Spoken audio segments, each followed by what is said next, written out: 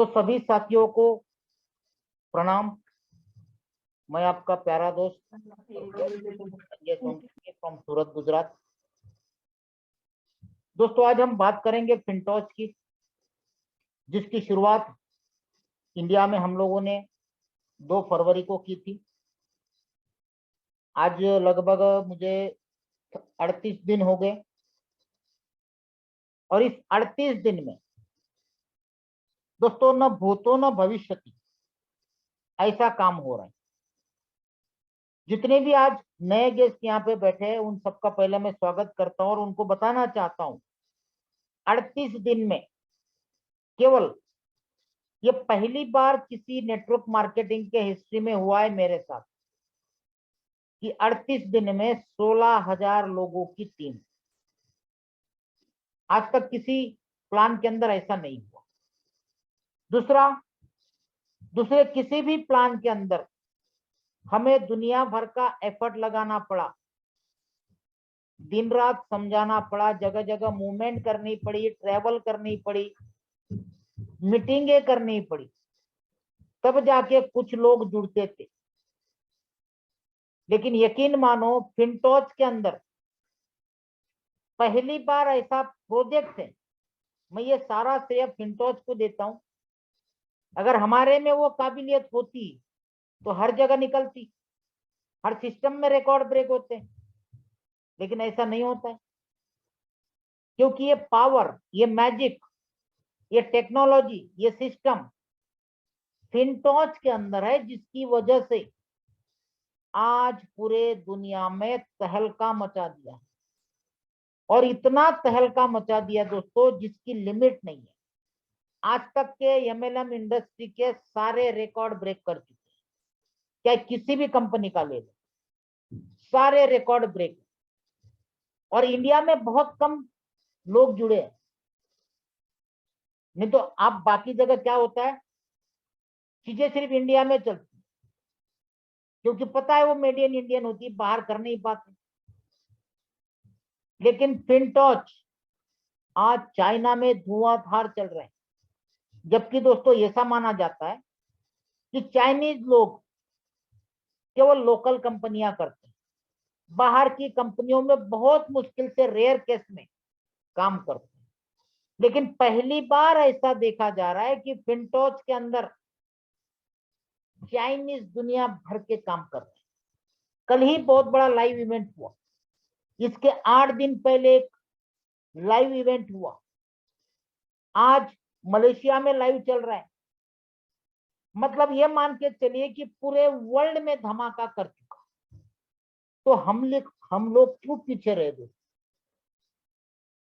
इसीलिए आज आए हुए सभी नए मेहमानों को इस प्रेजेंटेशन के द्वारा एक बेहतरीन प्रोजेक्ट बताने की मैं कोशिश करूंगा।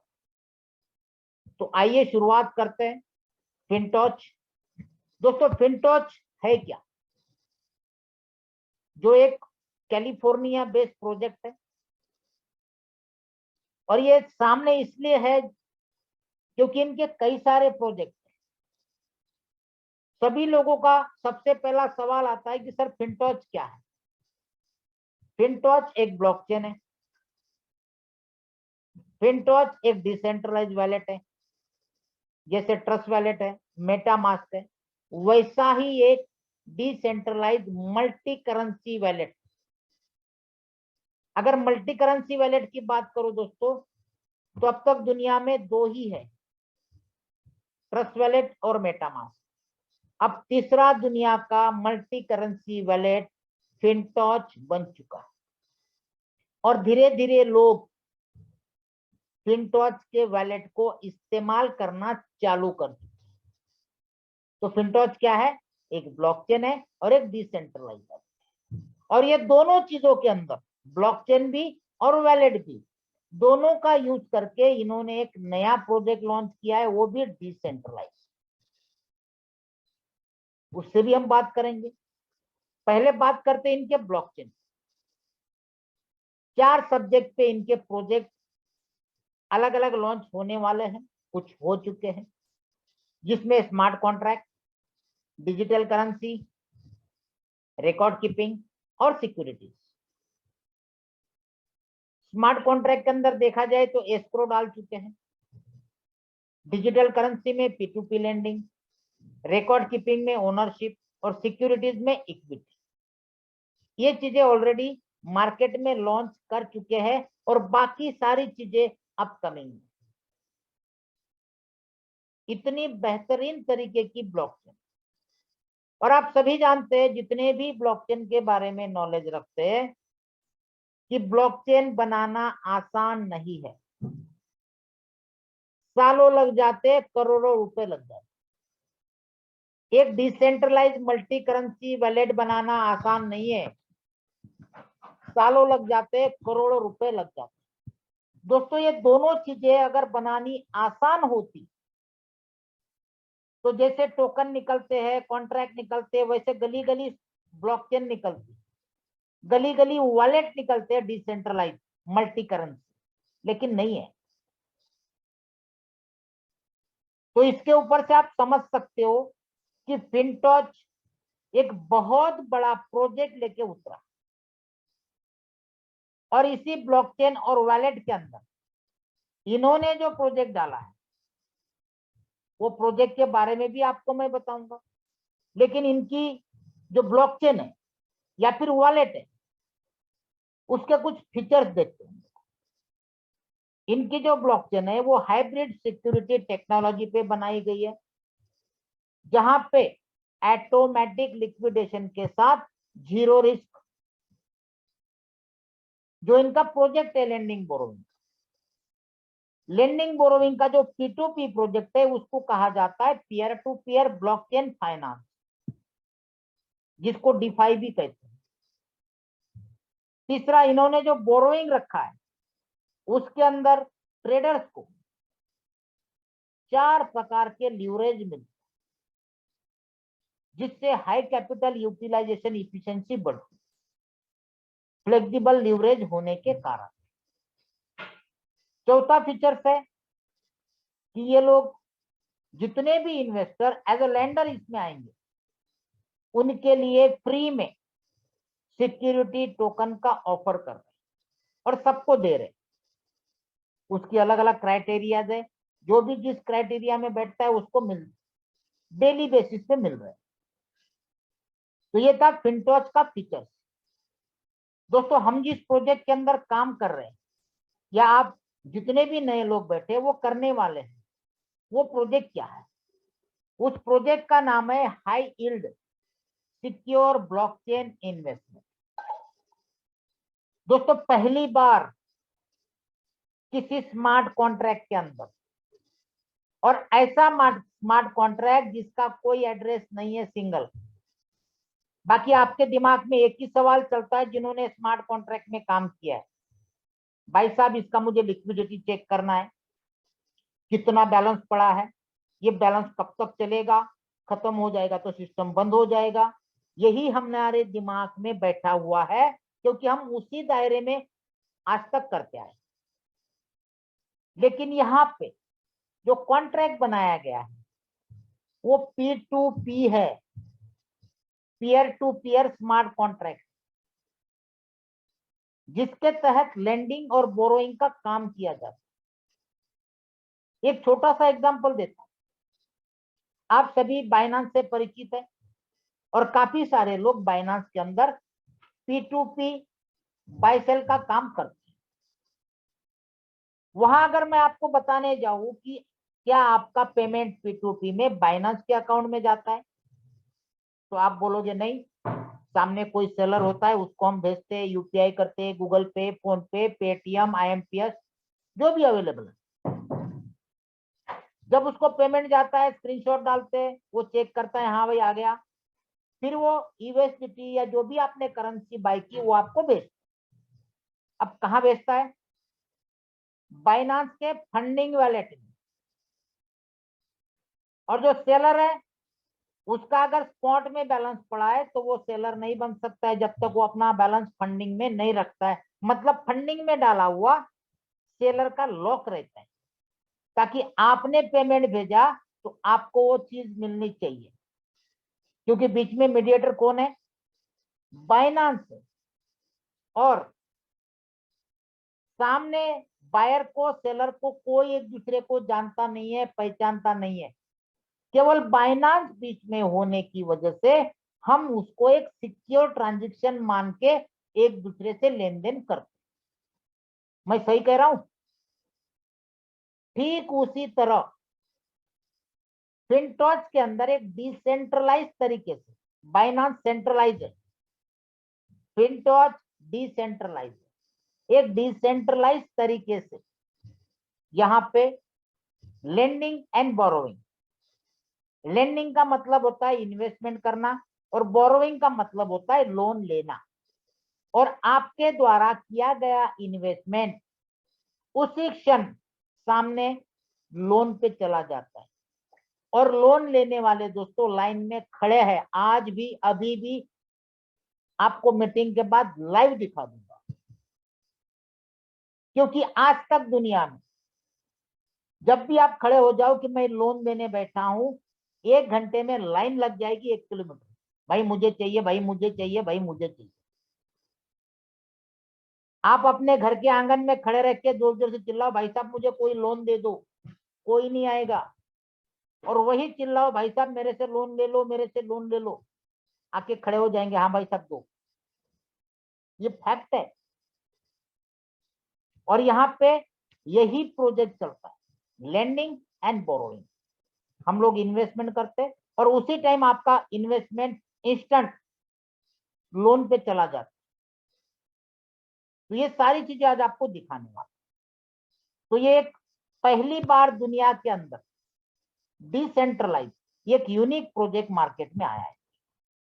अब ये लेंडिंग बोरोइंग का जो प्रोजेक्ट है, इस प्रोजेक्ट को क्या सही में ये डिसेंट्रलाइज है, ट्रस्टेबल है? क्योंकि आज तक डिसेंट्रलाइज के नाम पे बहुत बड़े धोखे हुए हैं। अभी रिसेंटली कोई बीएसजी का नाम ले रहा था, पता नहीं मुझे क्या है, बोले सर डिसेंट्रलाइज के नाम से चूना लगा के चला गया। अब उसका पैरामीटर क्या है, सर्टिफिकेट क्या है कि आप सही में डिसेंट्रलाइज हो? कौन प्रमाणित करता है? तो भाई साहब दुनिया की सबसे बड़ी ऑडिटिंग कंपनी जिसका नाम है सर्टिक, जिसके सर्टिफिकेशन के लिए लोग तरसते हैं, इथेरियम 2.5 साल तक तरसा, तब जाके उसे मिला वो सर्टिफिकेट। फिनटॉच को मिला है और उसके अंदर बाकायदा मेंशन किया है कि फिनटॉच लेंडिंग बोरोइंग का काम करता है। आप देखिए यहाँ पे, ये देखिए, देख रहे हो आप? ये देखिए लेंडिंग बोरोइंग का काम। और यहाँ पे लिखा हुआ, ये भी पढ़िए क्या लिखा हुआ। फिनटॉच is P2P blockchain financial platform that provides a variety of financial services including loan and fund investment।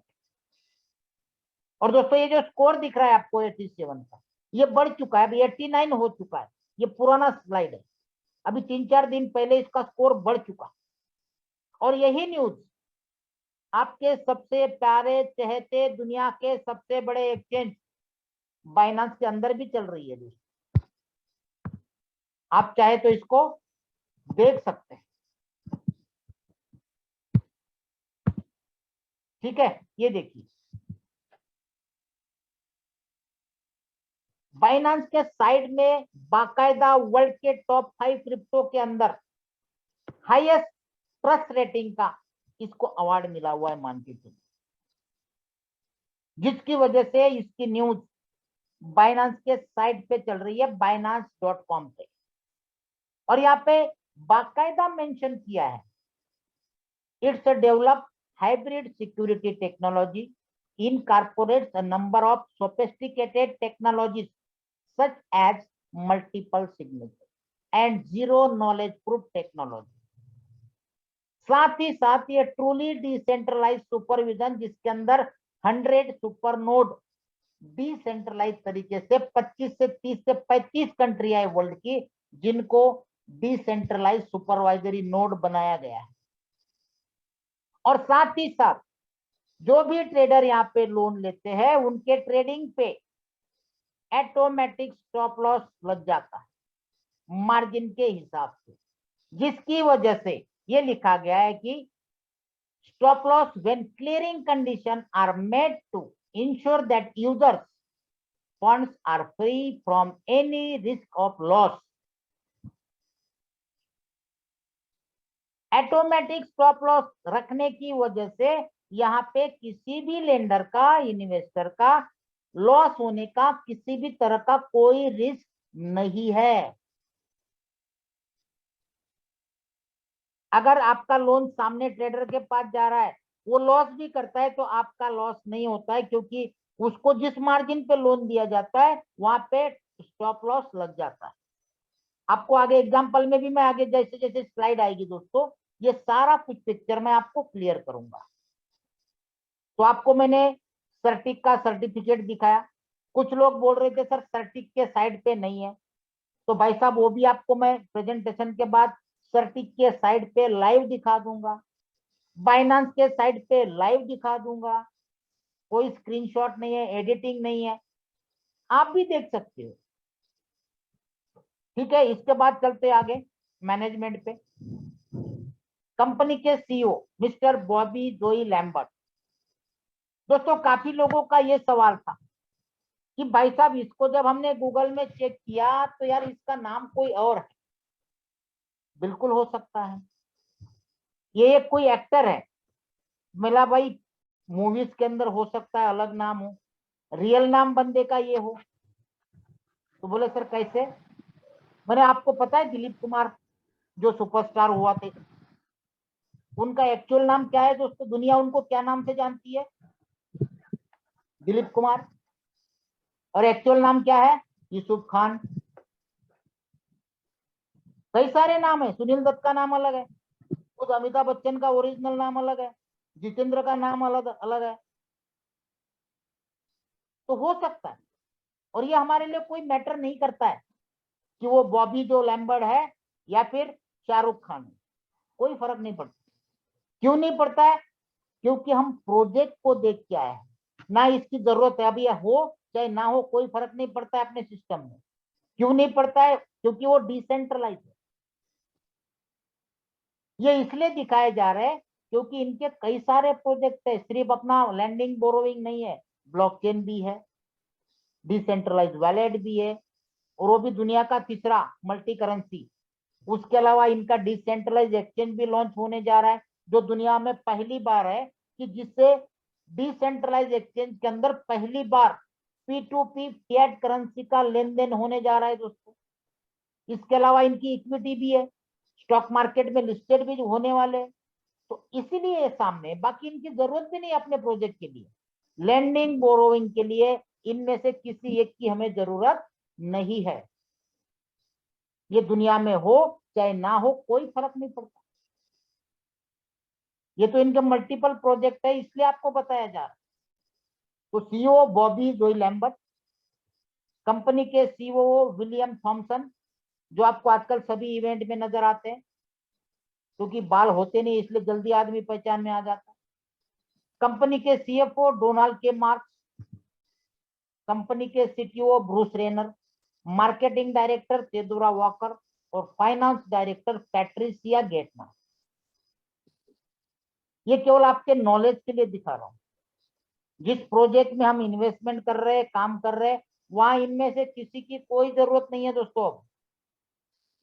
आज मैं आपको दूसरा एग्जांपल देता हूं, क्योंकि आप लोगों का सेटिस्फेक्शन ही मेरा रिवार्ड है। आज अगर आपको मैं पूछूं भाई साहब बिटकॉइन के मालिक को किसने देखा, एक भी हाथ खड़ा नहीं होगा। क्या बिटकॉइन दुनिया में चल रहा है? नहीं चल रहा है। आज दुनिया के सबसे बड़े पॉपुलर डिसेंट्रलाइज वैलेट मेटामास्क और ट्रस्ट वैलेट, किसने उसकी ऑफिस देखी? किसने उसके मालिक को देखा? कौन है? कुछ पता नहीं है।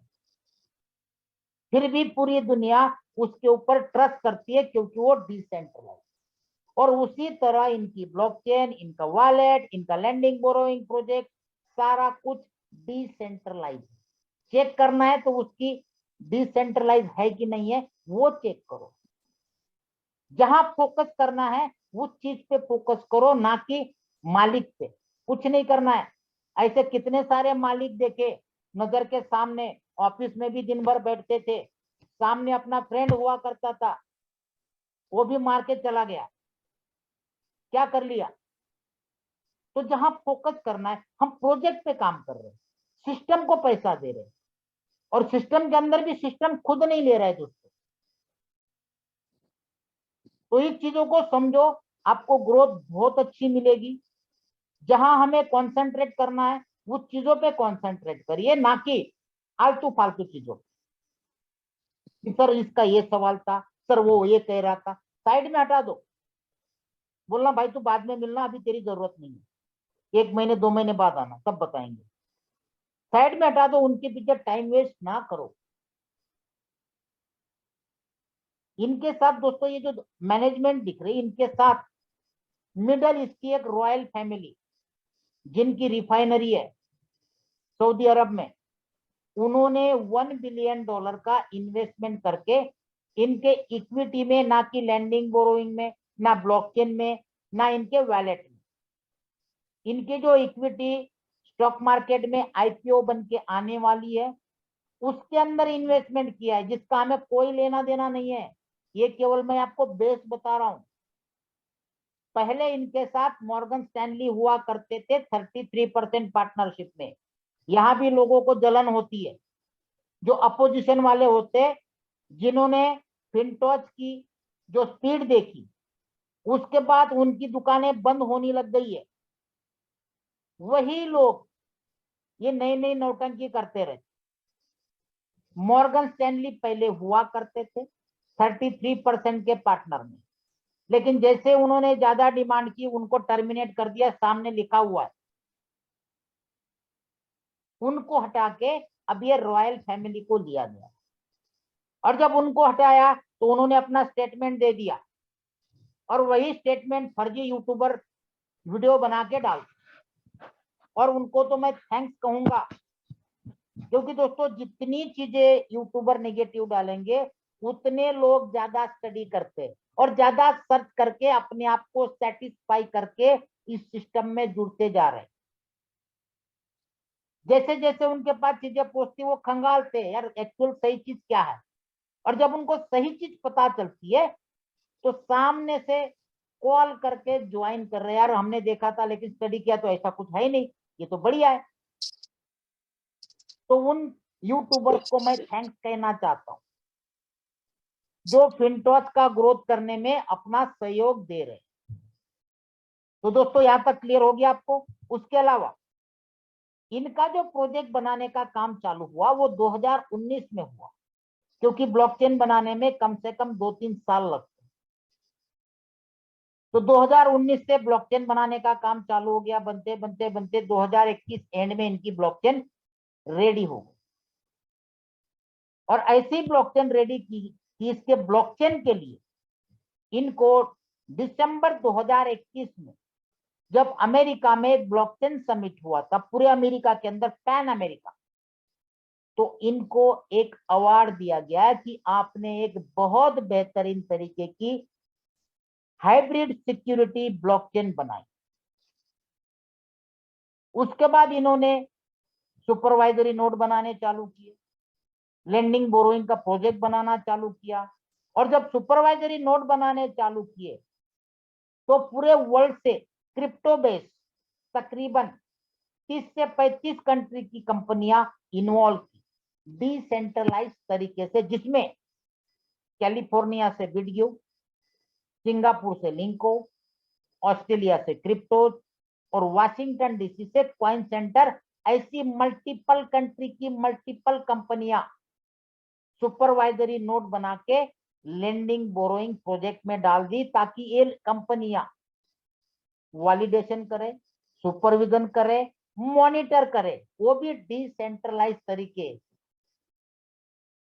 तो ये पूरा प्रोजेक्ट बहुत ही यूनिक बनाया गया, क्योंकि इस प्रोजेक्ट के द्वारा, जिसमें ब्लॉकचेन भी आती है, डिसेंट्रलाइज वैलेट भी आता है, लैंडिंग बोरोइंग प्रोजेक्ट भी आता है, डिसेंट्रलाइज एक्सचेंज भी आता है, इक्विटी भी आती है, ये सब मिला के इनका जो टारगेट है दिसंबर 2023 तक 10 मिलियन सब्सक्राइबर वर्ल्ड वाइड खड़े करना, जिसके लिए नवंबर 2022 से इनके इवेंट चालू है, रोड शो चालू है और वर्ल्ड की अलग अलग कंट्रीज में चालू, जहां पे इन्होंने शुरुआत की थी सिलिकॉन वैली, उसके बाद London, Toronto, Singapore, Kuala Lumpur, Beijing, Shanghai, Tokyo, Seoul, Indonesia, Vietnam, China और आज चल रहा है मलेशिया।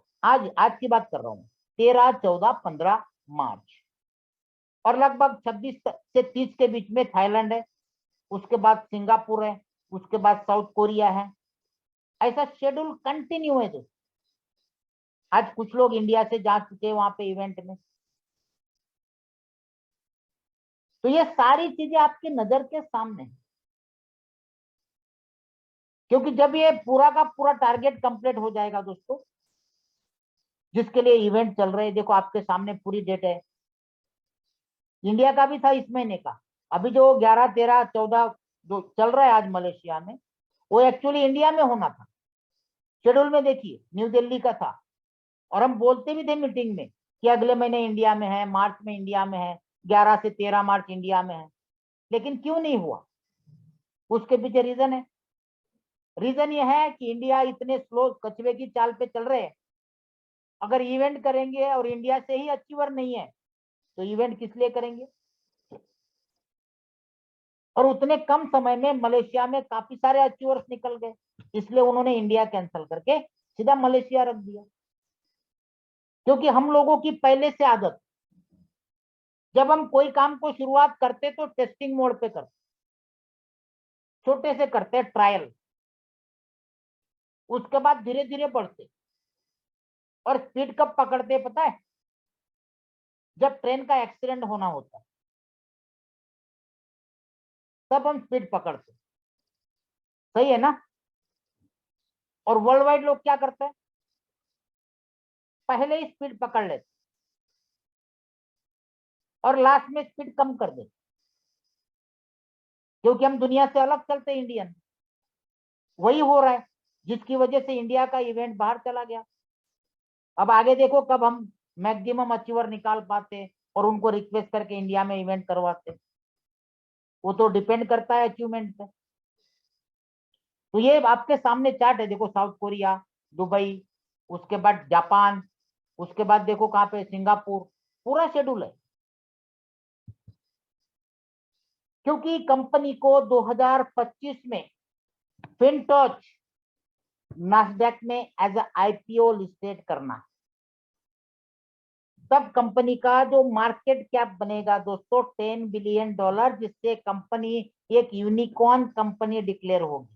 और दुनिया में यूनिकॉर्न कंपनियां बहुत कम है, बहुत कम।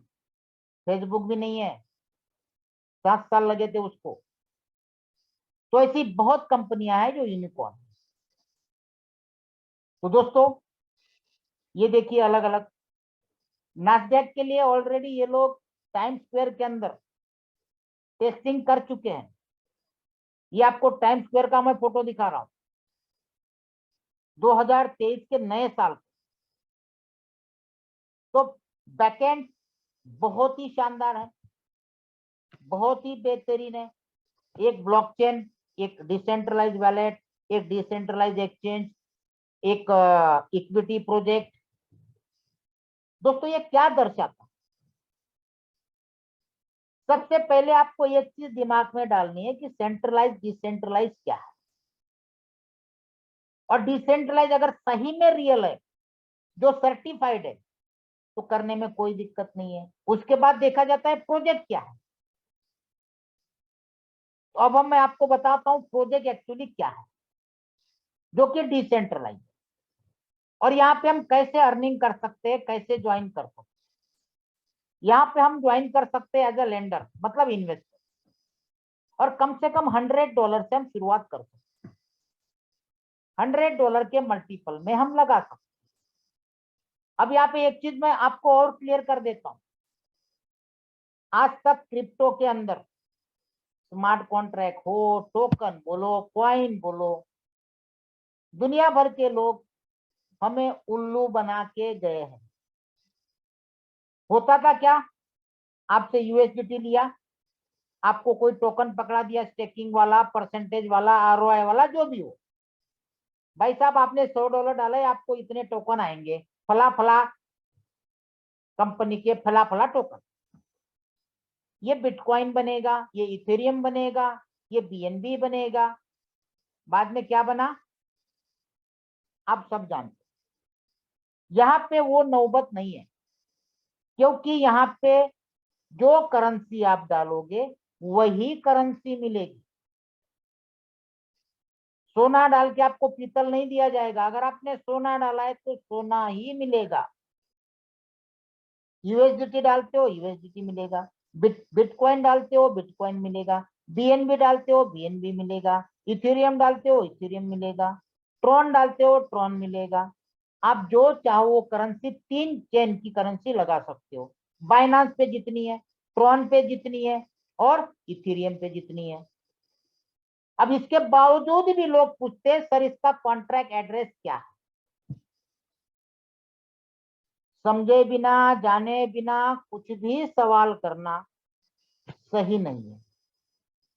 दोस्तों, कॉन्ट्रैक्ट जो स्मार्ट कॉन्ट्रैक्ट बोला जाता है, जहां पे किसी डब्बे के अंदर एक जगह फंड इकट्ठा होता है, वो किसी एक ब्लॉकचेन पे, एक कॉइन पे बना होता है, राइट। कोई बीएसडी पे चलाता है, कोई ट्रॉन पे चलाता है, कोई पॉलीगॉन पे चलाता है, ऐसे, ठीक है, मैटिक में चलाता है। तो वहां पे वही करेंसी आपको डालनी है, दूसरी करेंसी नहीं चलेगी। लेकिन यहाँ पे आपके पास जो भी करेंसी हो वो आप डाल सकते हो। तो भाई साहब इसका कॉन्ट्रैक्ट एड्रेस किसका बनेगा, कैसे बनेगा, क्यों बनेगा, आप खुद ही सोचो। हो सकता है क्या, मान लो इथेरियम पे इनका कॉन्ट्रैक्ट एड्रेस बना दिया और आप बिटकॉइन इन्वेस्टमेंट करना चाहते हो, होगा? नहीं लगेगा। बीएनबी जाएगा? नहीं जाएगा। ट्रॉन जाएगा? नहीं जाएगा। डॉजी जाएगा? नहीं जाएगा।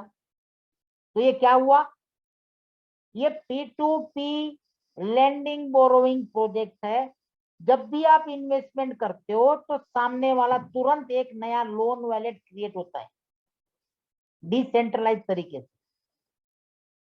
और वहां से इंस्टेंट सामने वाले लोन वाले के पास ये फंड चला जाता है लोन पे, ताकि आपने जैसे लगाया उसी क्षण, उसी समय आपका काउंटिंग चालू होता है आरओआई का।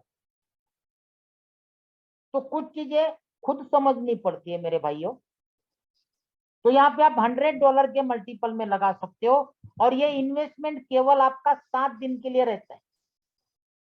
कितना? सिर्फ सिर्फ 7 दिन, और लोन भी 7 दिन के लिए ही दिया जाता है। और ये 7 दिन पर डे के हिसाब से आपको 1% प्रॉफिट दिया जाता है, 1% पर डे। एग्जाम्पल भी देख लीजिए, मान लो आपने $10,000 लगाया, 1% कितना हुआ, डेली $100। अब ये $100 को डेली आप प्रॉफिट विड्रॉल करना है, कर सकते। कैपिटल 7 दिन के बाद जैसे ही कॉन्ट्रैक्ट पूरा हुआ, आपको लेके बाहर जाना है, आउट होना है, आपकी मर्जी है। 7 दिन के बाद की बात करते, ये आपको लगता है सिस्टम बढ़िया है, मुझे आगे बढ़ना चाहिए, तो आप उसको री इन्वेस्ट कर सकते हो। आप बोलोगे नहीं भाई साहब, मेरा ट्रस्ट नहीं है, भरोसा नहीं है, जैसे हम दूसरों के कहने पे आ जाते हैं, तो आप तुरंत रिडीम का बटन दबा के आपका कैपिटल प्रॉफिट लेके सिस्टम को क्विट कर सकते हो, आपके हाथ में। प्रॉफिट डेली निकाल सकते हो, और कैपिटल 7 दिन का कॉन्ट्रैक्ट खत्म होते ही तुरंत दूसरे सेकंड में निकाल सकते हो। और सारे प्रोसेस सिर्फ 1 मिनट की है, कोई भी। अभी आपको डेली जो प्रॉफिट आ रहा है, आप उसको डेली विड्रॉल नहीं करते, तो आपको एक्स्ट्रा अर्निंग मिलती है। कैसे मिलती है? आपने 10,000 जो लगाया था उसके ऊपर डेली आपको $100 आ रहा है। ये $100 को डेली आप विड्रॉल नहीं करते हो, तो इसके ऊपर आपको 1.5% कंपाउंडिंग पे मिलता है। डेली उसके ऊपर कंपाउंडिंग होगी 1.5% आए हुए प्रॉफिट पे। अगर 1 महीने तक रखते हो तो कितना होता है देखो, 1% के हिसाब से 30% होना चाहिए, लेकिन यहाँ पे कितना हुआ 38.1%। इसके बावजूद भी आपका जो प्रॉफिट यहाँ पे कंपाउंडिंग हो रहा है उसको आप कभी भी निकाल सकते हो, any time, with in a minute. इसके ऊपर किसी भी तरह का कोई लॉकिंग नहीं है दोस्तों, नो लॉकिंग। और जो प्रॉफिट है आपका डेली बेसिस पे आ रहा है, नहीं करोगे तो कंपाउंडिंग होगा, लेकिन जब भी आप उसको विड्रॉल करने जाओगे उसके ऊपर 5% की फीस लगेगी। किस पे? ओनली प्रॉफिट पे, लेकिन आपके कैपिटल पे किसी भी तरह का कोई डिडक्शन नहीं है। No any fees on your capital withdrawal. यहां तक क्लियर है? इन्वेस्टमेंट पे 1% और आए हुए प्रॉफिट पे 1.5% कंपाउंडिंग। अगर इसको हम वीकली मंथली एक चार्ट के द्वारा देखें तो यहाँ पे लिखा है कि 1 वीक तक आप अपना प्रॉफिट नहीं निकालते तो आपका वीकली बैठता है 7% की जगह 9%। वही अगर 1 महीने का कैलकुलेशन हम देखते हैं तो 30% की जगह 37.5 से लेके 38.1%। और अगर 63 दिन तक आप उस प्रॉफिट को नहीं छेड़ते हो तो आपका अमाउंट डबल हो जाता है, मतलब 100% प्रॉफिट। कैपिटल तो आपका एज इट इज ही है, उसके ऊपर कोई डिडक्शन भी नहीं है। तो ये 3 कैलकुलेशन आप देख सकते। तो दोस्तों आपका पहला चैप्टर इन्वेस्टमेंट का क्लियर हो गया। अगर यहां तक आपको सारी चीजें क्लियर हो गई तो हम सेकंड पार्ट पे चलते हैं, जिसको बोलते हैं रेफरल प्रोग्राम। जितने भी हमारे यहाँ पे भाई बैठे हैं सारे के सारे लीडर्स है, नेटवर्क है, बहुत बड़े लेवल पे काम करते हैं। और यहाँ बैठे हुए सभी इंडिया के और अदर कंट्रीज के भी कुछ हो सकते हैं। तो आपके लिए जो रेफरल प्रोग्राम है केवल 2 लेवल का है, जिसमें पहले लेवल पे जितना भी बिजनेस लगाए आपके डायरेक्ट में उनके ROI का 15% आपको डेली बेसिस पे मिलता है। ये रहा उसका एक एग्जांपल। सपोज करो आपके डायरेक्ट में $10,000 का बिजनेस लगा है, तो उनको जाना है डेली का $100, तो वो $100 का 15% मतलब $15 आपको डेली जाएगा। सेकंड लेवल की बात करते हैं।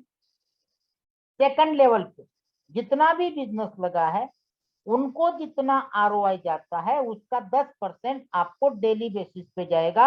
उसका एग्जांपल आपके सामने ये रहा। जैसे कि मान लो सेकंड लेवल पे $50,000 का बिजनेस हुआ, तो उनको 1% जाना है जो होता है $500। उस $500 का 10% आपको डेली जाना है, $50 बन जाता है। तो इस कंडीशन में आपका डेली का कितना निकला फिर? $65 पर डे। और ये कब तक आएगा? जब तक ये लोग अपना कैपिटल विड्रॉल नहीं करते तब तक। तो सेकंड पार्ट क्लियर हो गया रेफरल का। अब आपके दिमाग में आया सर 2 लेवल के प्लान में लीडर कैसे काम करेगा, क्योंकि हर एक आदमी एक एक दो दो आईडी लेके काम करता है। लेवल के लिए कोई कंडीशन नहीं है। $100 की मैं 2 आईडी लूंगा, नीचे वाले आईडी से काम करूंगा, अपलाइन को कुछ नहीं जाएगा। अपलाइन क्यों काम करेगा? लीडर क्यों आएगा इसमें? लीडर इसलिए आएगा क्योंकि लीडर के लिए सिस्टम ने एक शानदार इनकम रखी है जिसका नाम है टीम मैनेजमेंट बोनस। अब काम चालू होता है रियल लीडर का, जो अपने आप को लीडर कहते हैं, जो टीम बिल्ड कर सकते हैं, जिनका मल्टीपल बिजनेस होता है, उनके लिए यहाँ पे बिल्कुल पैसों के दरवाजे खोल रखे, और वो भी डेली बेसिस पे पैसिव इनकम की तरह। तो आइए देखते हैं अब रैंकिंग सिस्टम। हमारी भाषा में उसको रैंकिंग बोलते हैं।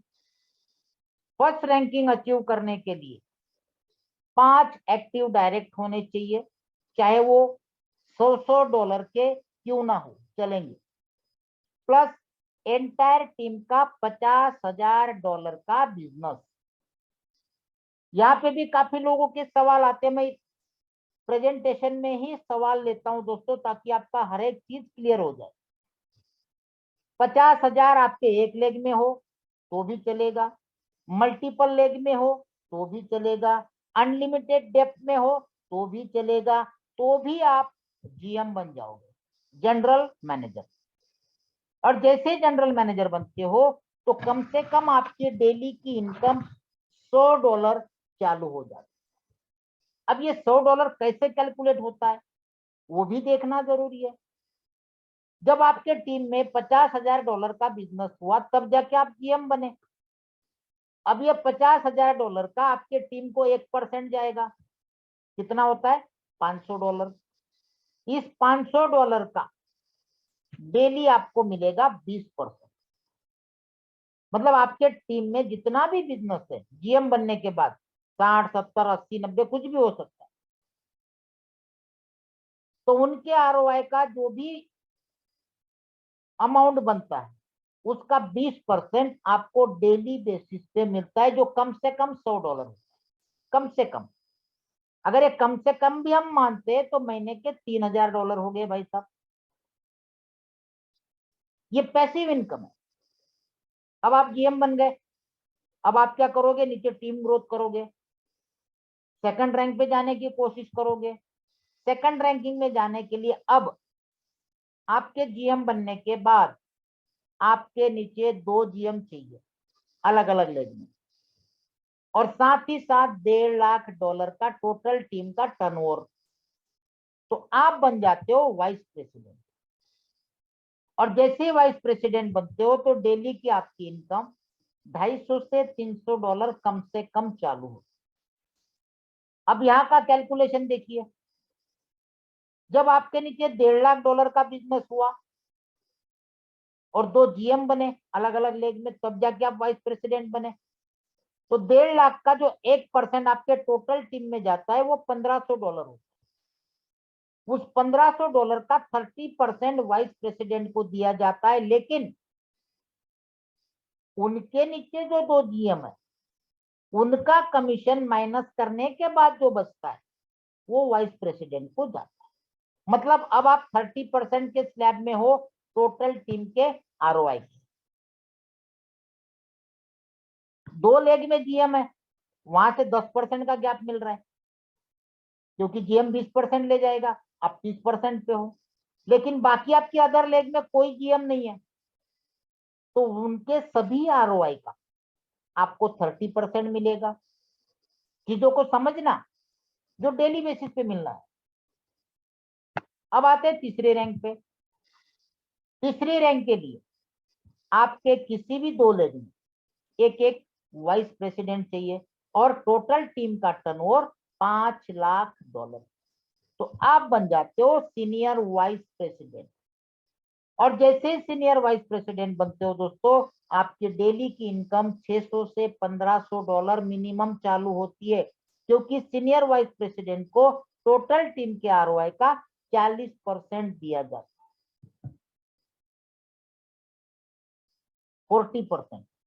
हर एक लेवल में 10-10% का गैप है। अगर आपके नीचे जीएम बनते तो भी आपका गैप आ गया, वीपी बनते तो भी गैप आ गया, समझ गए।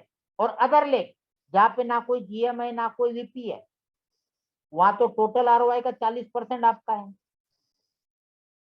नेक्स्ट चलते हैं चौथी रैंकिंग पे।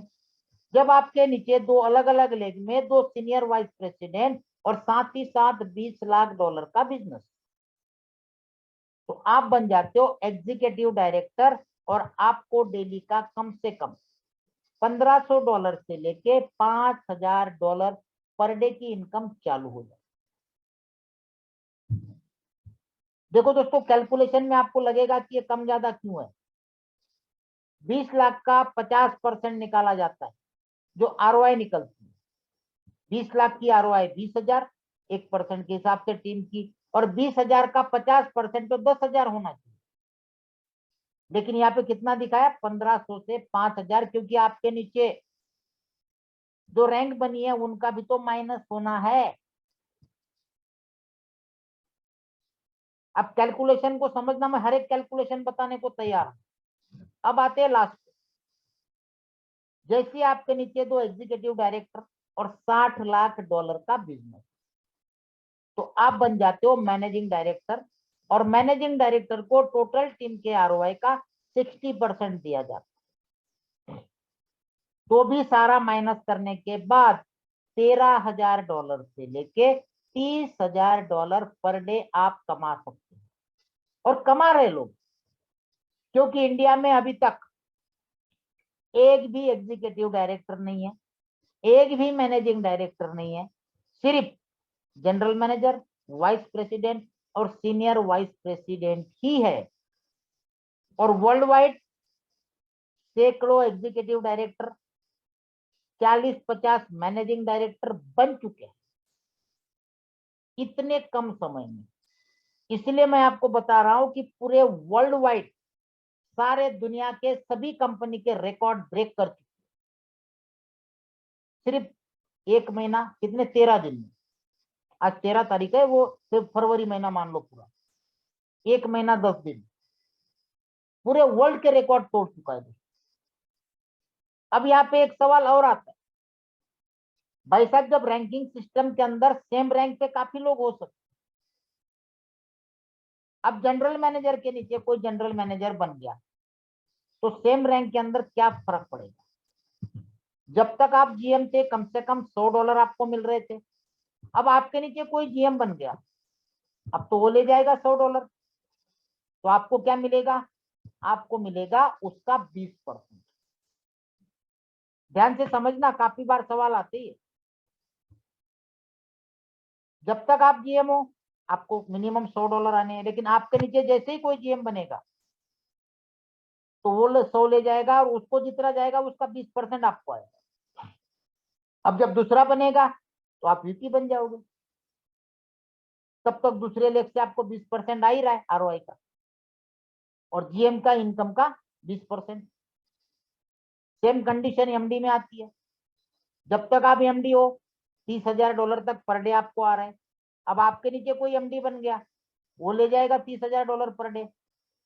ऐसे कंडीशन में जो इनका डिसेंट्रलाइज पूल है कंपनी के खुद के प्रॉफिट का, क्योंकि फोकट में तो कोई सेवा करता नहीं है, तो जो इनकम आ रहा है लोन से, जो बचता है वो इनके कंपनी के प्रॉफिट पूल में जाता है। उस पूल का 10% ऐसे एमडी को दिया जाता है अगर कोई होता है तो, बाकी नहीं तो सिस्टम में चला जाता है। 10% ऑफ कंपनी प्रॉफिट। तो ये चैप्टर क्लियर हो गया आपको। इन्वेस्टमेंट का 1%, प्रॉफिट पे 1.5%, रेफरल इनकम 2 लेवल की, पहले लेवल में 15%, दूसरे लेवल में 10%, ranking 5, managing director, vice president, senior vice president, executive director और मैनेजिंग डायरेक्टर। अब आपके दिमाग में एक सवाल आता होगा, यार इतना सारा कैसे बांट सकते, ये कोई झोल तो नहीं है, महीने 2 महीने में भाग तो नहीं जाएगा?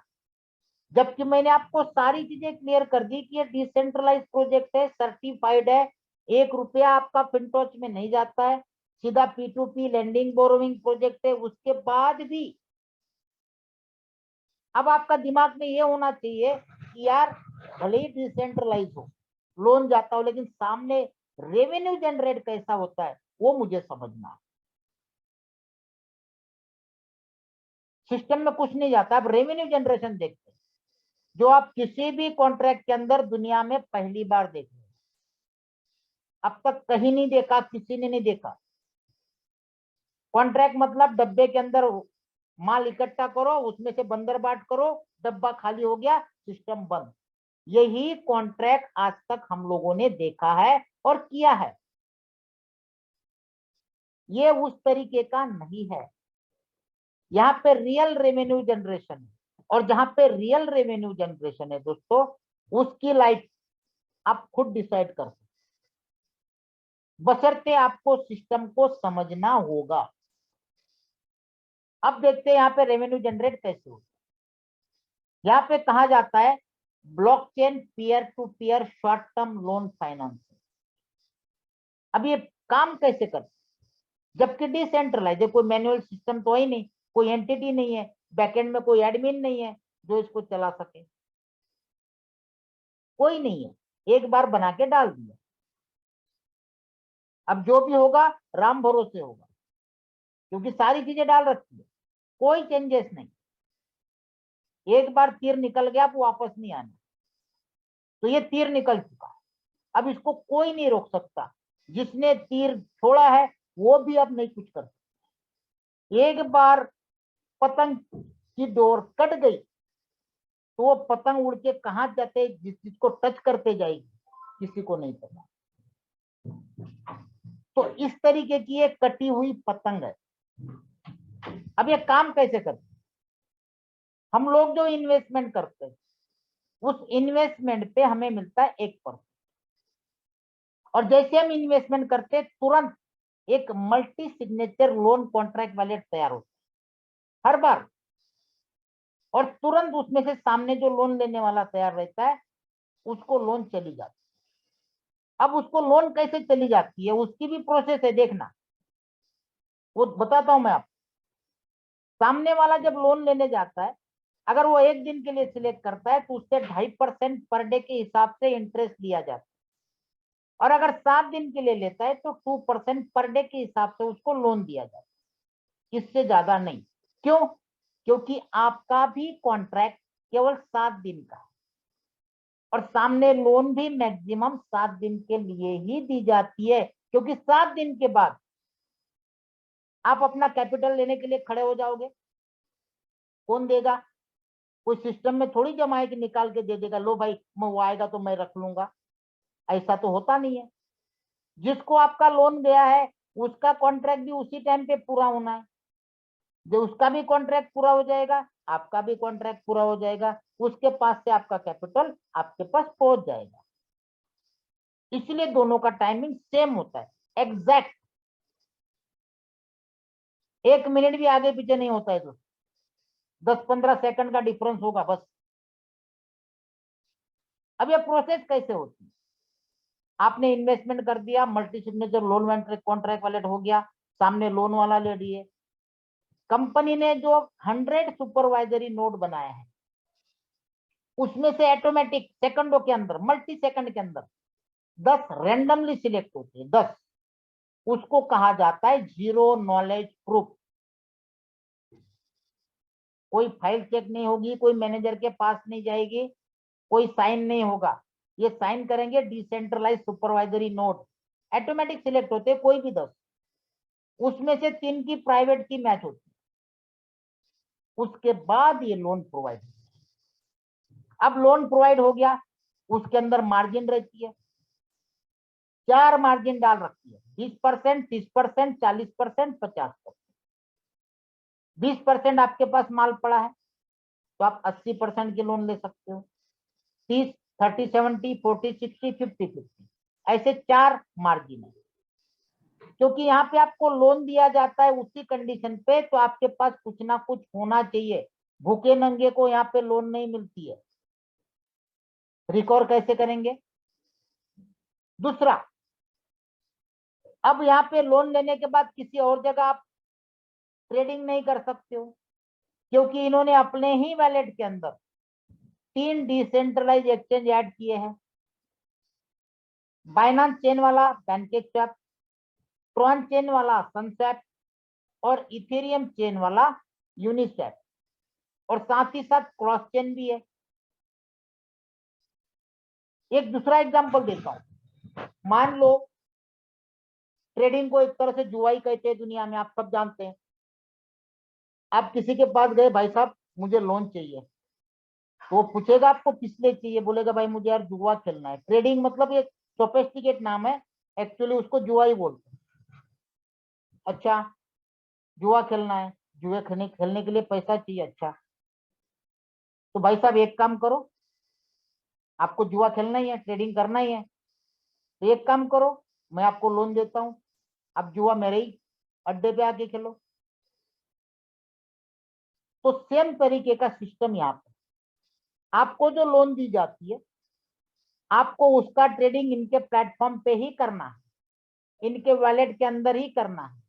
आप मर्जी जहां मर्जी जो मर्जी आप सट्टा लगाओ, किसी भी कॉइन में लगाओ, कोई दिक्कत नहीं है, क्योंकि 3 चेन है, इथेरियम, बाइनांस और ट्रॉन, और ये 3 चेन पे ही दुनिया से सबसे ज्यादा टोकन कॉइन बने हुए। तो यहाँ पे उसका ट्रेडिंग चालू हो गया, और ट्रेडिंग के अंदर भी डिसेंट्रलाइज एक्सचेंज में ज्यादा प्रॉफिट क्यों निकलता है सेंट्रलाइज एक्सचेंज के मुकाबले में? क्योंकि यहाँ पे ट्रेडिंग कैसे होती है, सौदे नहीं लगते दोस्तों, यहाँ पे स्वैपिंग होती है। यहाँ पे trader as a liquidity provider बन के खड़े होते, और जितने भी लोग पैनकेक स्वैप, यूनिस्वैप या सनस्वैप पे स्वैपिंग का काम करते, मतलब हम भी, अगर हमारे ट्रस्ट वैलेट में कोई ऐसा टोकन है जो कहीं लिस्टेड नहीं है लेकिन पैनकेक स्वैप में है, तो हम लोग क्या करते हैं, तुरंत पैनकेक में जाएंगे, यूएसडीटी करें देखेंगे, डालेंगे ट्रॉन, उसको कन्वर्ट करना है, तुरंत नीचे ट्रॉन देखेंगे, अमाउंट डालेंगे और सीधा स्वैप का बटन डाल के स्वैप कर लेंगे। इनमें से कितने लोगों ने स्वैप करते समय रेट देखा, फीस देखी? किसी ने नहीं देखी, कोई नहीं देखता, और तुरंत स्वैप करके उसको तो यूएसडीटी का ट्रॉन बनाना होता है या ट्रॉन का यूएसडीटी बनाना होता है। दोस्तों वहां पे फीस ज्यादा लेते हैं वो लोग, रेट भी उनके मर्जी के चलते, क्योंकि डिसेंट्रलाइज एक्सचेंज में लेन देन करने वाली पब्लिक है,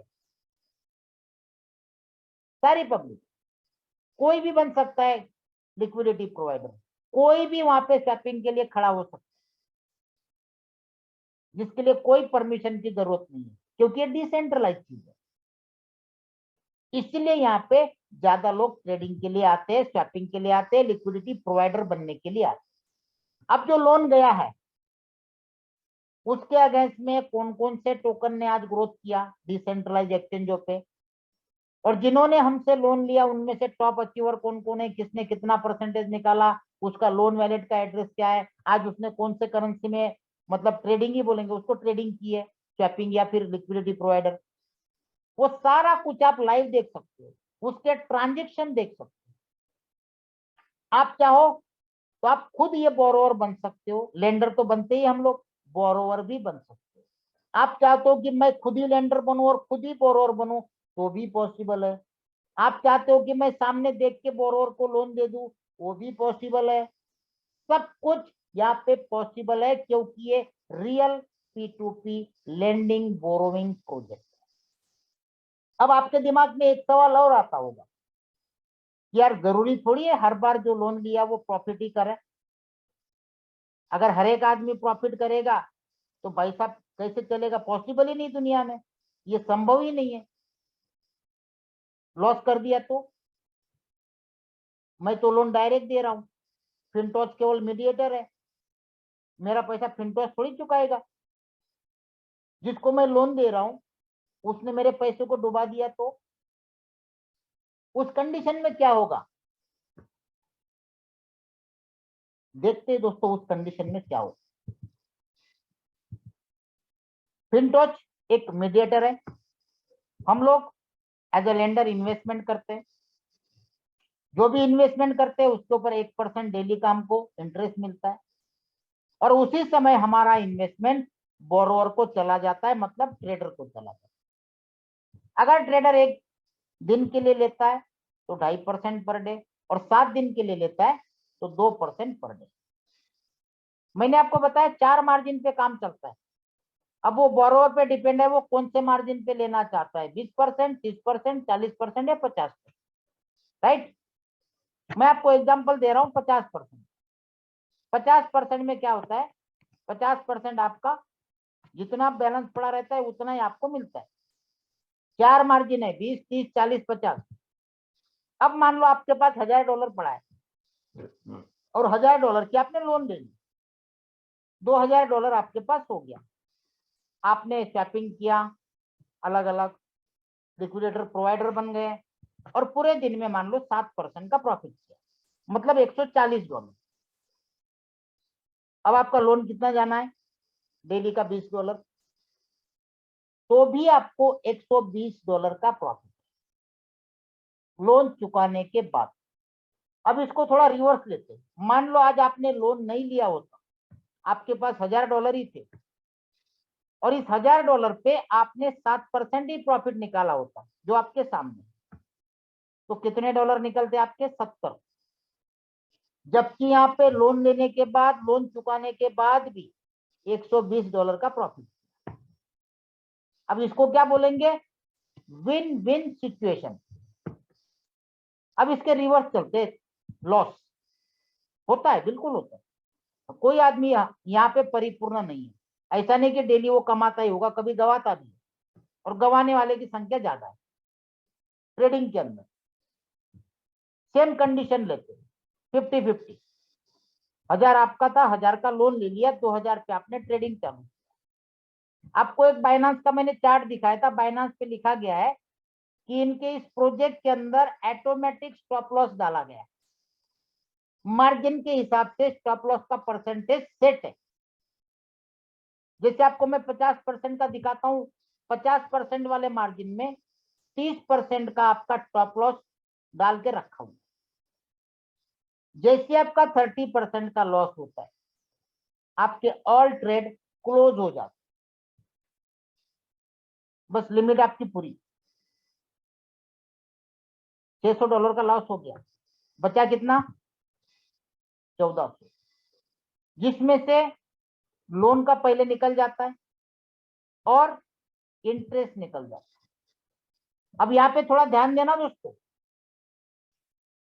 आपका लोन जितने टाइम के लिए कॉन्ट्रैक्ट बाय हुआ है उतने टाइम का ही इंटरेस्ट लगेगा। जैसे हम लेंडिंग में डालते हैं तो हम 2 दिन के बाद नहीं निकाल सकते, 7 दिन का कॉन्ट्रैक्ट है तो 7 दिन का 1% मिलना ही मिलना है।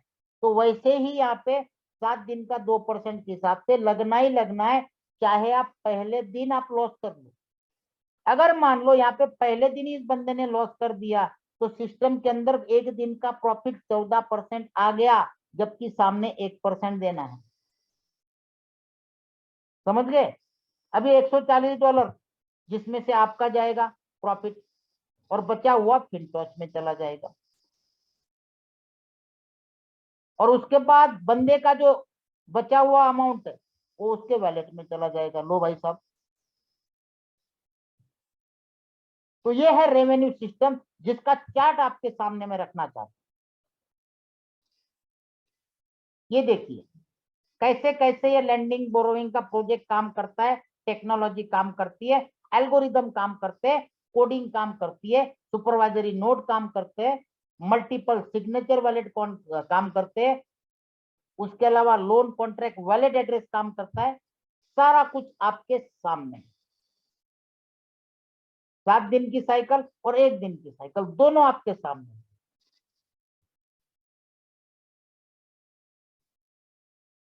कोई भी एक्सपर्ट हो दुनिया का, क्रिप्टो डेवलपर हो, उसको दिखा देना। यह है दोस्तों। इसके अलावा बोरोइंग के लिए कई सारे अलग अलग कॉइन को ये लोग लिस्टिंग करते जा रहे हैं, जैसे अभी तक 6 कर चुके हैं।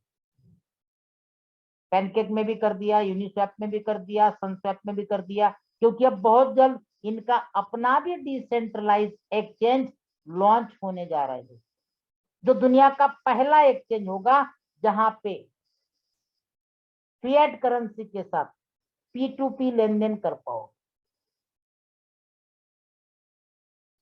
तो मेरे हिसाब से आपको पिक्चर क्लियर हो गई होगी, सारा कुछ प्लान क्लियर हो गया होगा। तो दोस्तों ये प्रोजेक्ट जिन्होंने भी आपको इनवाइट किया है उनको तुरंत कॉल करिए। अगर सारी चीजें दिमाग में बैठ रही है तो 1 सेकंड की देर ना करें, और अगर दिमाग में नहीं बैठती है तो ये समझ लेना आपका 1 घंटा बर्बाद हुआ, दिमाग से निकाल देना।